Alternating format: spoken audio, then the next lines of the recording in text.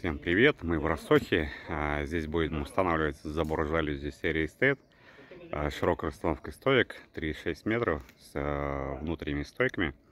Сейчас парни выполняют подготовку для заливки бетона, вяжут арматуру, сваи уже залили.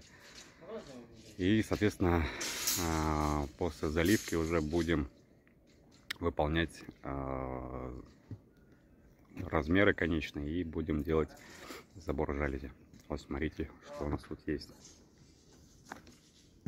Парни залили сваи, выпуски арматуры сделали, столбы под распашные ворота.